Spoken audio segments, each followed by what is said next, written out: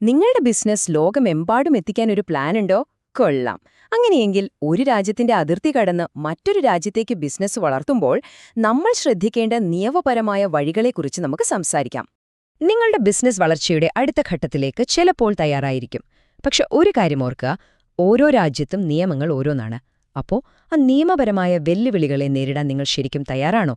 കാരണം ഒരു ബിസിനസ് ആഗോളതലത്തിലേക്ക് കൊണ്ടുപോവുക എന്നത് വെറുമൊരു തീരുമാനമല്ല, അത് നിയമങ്ങളുടെ ഒരു വലിയ കളിയാണ്. അപ്പോ ഈയൊരു യാത്രയില് നിങ്ങളെ സഹായിക്കാനുള്ള ഒരു സ്ട്രാറ്റജിക് പ്ലേബുക്ക് ആയിട്ടാണ് നമ്മളിതിനെ കാണുന്നത്. അന്താരാഷ്ട്ര മാർക്കറ്റുകളിലെ നിയമത്തിന്റെ നൂലാമാലകളിലൂടെ എങ്ങനെ ഈസിയായി മുന്നോട്ടു പോകാമെന്ന് നോക്കാം. നമ്മുടെ ലക്ഷ്യം എന്താണെന്ന് വെച്ചാൽ അത് വളരെ വ്യക്തമാണ്. പുതിയ രാജ്യങ്ങളിൽ ബിസിനസ് തുടങ്ങുമ്പോൾ എന്തൊക്കെ നിയമപരമായ തടസ്സങ്ങൾ വരാം, അതിനെ എങ്ങനെ മറികടക്കാം, എങ്ങനെ അവിടെ വിജയകരമായി ബിസിനസ് മുന്നോട്ട് കൊണ്ടുപോകാം എന്നൊക്കെ കൃത്യമായി മനസ്സിലാക്കുക. ഓക്കെ, അപ്പൊ നമുക്ക് തുടങ്ങാല്ലേ. ഈ പ്ലേബുക്കിന്റെ ആദ്യത്തെ ഭാഗം നിങ്ങൾ കാലെടുത്ത് വെക്കാൻ പോകുന്ന പുതിയ രാജ്യത്തെ അടിസ്ഥാന നിയമങ്ങളെക്കുറിച്ചാണ്. ദാ ഈ കാണുന്ന ടേബിളിലേക്കൊന്ന് നോക്കൂ. കണ്ടില്ലേ, ഓരോ രാജ്യത്തും നിയമങ്ങൾ എത്ര വ്യത്യസ്തമാണെന്ന്. ചിലയിടത്ത് കോമൺ ലോ ആയിരിക്കും, അതായത് പണ്ടത്തെ കോടതി വിധികളൊക്കെ അടിസ്ഥാനമാക്കിയുള്ള നിയമങ്ങൾ. മറ്റു ചില രാജ്യങ്ങളിൽ സിവിൽ ലോ ആയിരിക്കും, അവിടെ കൃത്യമായി എഴുതിവെച്ച നിയമങ്ങൾക്കാണ് പ്രാധാന്യം. ഈയൊരു വ്യത്യാസം മാത്രം മതി നിങ്ങളുടെ ബിസിനസ് കരാറുകളെയും പ്രവർത്തനങ്ങളെയും മൊത്തത്തിൽ മാറ്റിമറിക്കാൻ. ബിസിനസ് രജിസ്റ്റർ ചെയ്യുക എന്ന് പറയുമ്പോൾ അതൊരു വലിയ തലവേദനയായി തോന്നാമല്ലേ? പക്ഷെ അതിനെ നമുക്ക് സിമ്പിളായി 4 സ്റ്റെപ്പുകളായിട്ട് കാണാം. ആദ്യം തന്നെ ഒരു ബിസിനസ് ലൈസൻസ് വേണം, പിന്നെ ടാക്സ് അടയ്ക്കാനൊരു ID, അതിനുശേഷം ഒരു ലോക്കൽ ഓഫീസ് അല്ലെങ്കിൽ ഒരു ഏജന്റ്, ഒടുവിൽ വിദേശ നിക്ഷേപത്തിനുള്ള അനുമതി. ഈ 4 കടമ്പകളും കഴിഞ്ഞാലേ മുന്നോട്ടു പോകാൻ പറ്റൂ. ഇനി ശ്രദ്ധിക്കേണ്ട വേറൊരു പ്രധാനപ്പെട്ട കാര്യം, നിങ്ങൾ ചെല്ലുന്ന രാജ്യത്ത് വിദേശികൾക്ക് എത്രത്തോളം ഓണർഷിപ്പ് ആകാം എന്നുള്ളതാണ്. ചില രാജ്യങ്ങളിൽ ടെക്നോളജി, റീറ്റെയിൽ പോലുള്ള പ്രധാന മേഖലകളിൽ ഇതിന് കർശനമായ നിയന്ത്രണങ്ങളുണ്ടാകും. ഇത് മുൻകൂട്ടി അറിഞ്ഞില്ലെങ്കിൽ ചിലപ്പോൾ പണി കിട്ടും.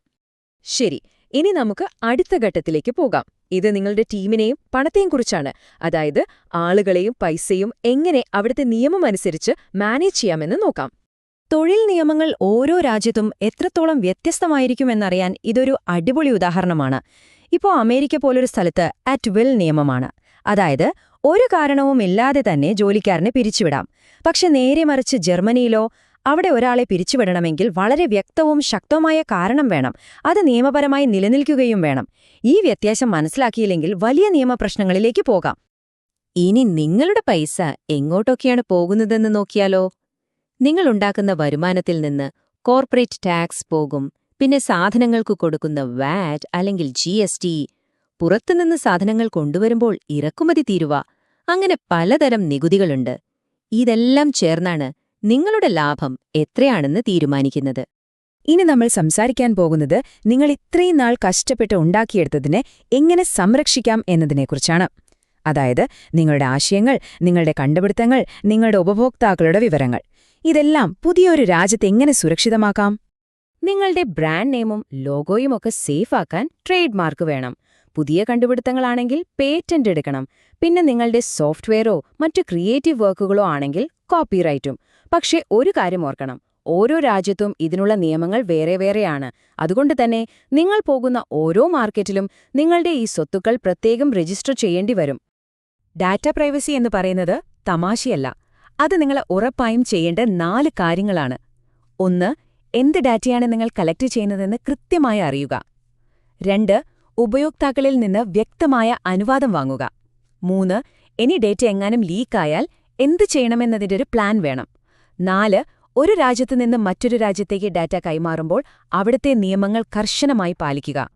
അപ്പോ ഇതുവരെ നമ്മൾ പറഞ്ഞ കാര്യങ്ങളെല്ലാം ഒന്നുകൂടി ഓർത്തെടുക്കാൻ ഒരു ഫൈനൽ ചെക്ക് ലിസ്റ്റ് നോക്കാം. ലോഞ്ച് ചെയ്യുന്നതിനു മുൻപുള്ള അവസാനവട്ട തയ്യാറെടുപ്പ്. ഇതെല്ലാം കൂടി കേട്ടപ്പോ തല കറങ്ങുന്നുണ്ടോ? സ്വാഭാവികം. പേടിക്കേണ്ട, നമുക്കിത് സിമ്പിളാക്കാം. ഇതാ നിങ്ങൾ തുടങ്ങുന്നതിന് തൊട്ടുമുൻപുള്ളൊരു ഫൈനൽ ചെക്കിംഗ്. അപ്പോ പുതിയ മാർക്കറ്റിലേക്ക് ഇറങ്ങും മുൻപ് ഈ കാര്യങ്ങൾ ടിക്ക് ചെയ്തിട്ടുണ്ടെന്ന് ഉറപ്പാക്കുക. ബിസിനസ് രജിസ്റ്റർ ചെയ്തു, ടാക്സ് ID കിട്ടി, അവിടുത്തെ നിയമം അനുസരിച്ച് തൊഴിൽ കരാറുകൾ ഉണ്ടാക്കി, ഡേറ്റാ പ്രൈവസി ഉറപ്പുവരുത്തി, നിങ്ങളുടെ ബ്രാൻഡും മറ്റു കണ്ടുപിടുത്തങ്ങളും രജിസ്റ്റർ ചെയ്തു, പിന്നെ ഏറ്റവും പ്രധാനമായി അവിടുത്തെ കാര്യങ്ങൾ അറിയാവുന്ന ഒരു ലോക്കൽ നിയമ ഉപദേഷ്ടാവിനെ കൂടെ നിർത്തി. അവസാനമായി ഈയൊരു ചോദ്യം എപ്പോഴും മനസ്സിൽ വെക്കുക. നമ്മൾ പോകാൻ ഉദ്ദേശിക്കുന്ന രാജ്യത്ത് നമ്മുടെ ബിസിനസ്സിനെ പ്രതികൂലമായി ബാധിക്കാൻ സാധ്യതയുള്ള നിയമപരമായ കാര്യങ്ങൾ എന്തെല്ലാമാണ്? ഈ ചോദ്യത്തിന് ഉത്തരം കണ്ടെത്തുന്നത് നിങ്ങളുടെ വിജയത്തിന് വളരെ പ്രധാനമാണ്. നിങ്ങളുടെ ആഗോള യാത്രയ്ക്ക് എല്ലാ ആശംസകളും.